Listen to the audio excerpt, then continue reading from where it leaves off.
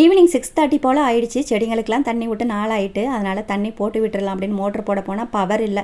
Dinner என்னாவது start பண்ணி விட்டுருவோம் அப்படின்னு சொல்லிட்டு தேங்காய் உரிக்கிறதுக்காக எடுத்துகிட்டு போயிட்டேன். தேங்காய் எனக்கு உரிக்க தெரியும், ஆனால் உடைக்க தெரியாது. தேங்காய் உடைக்கிறதுனா அவ்வளோ ஒரு பயம்.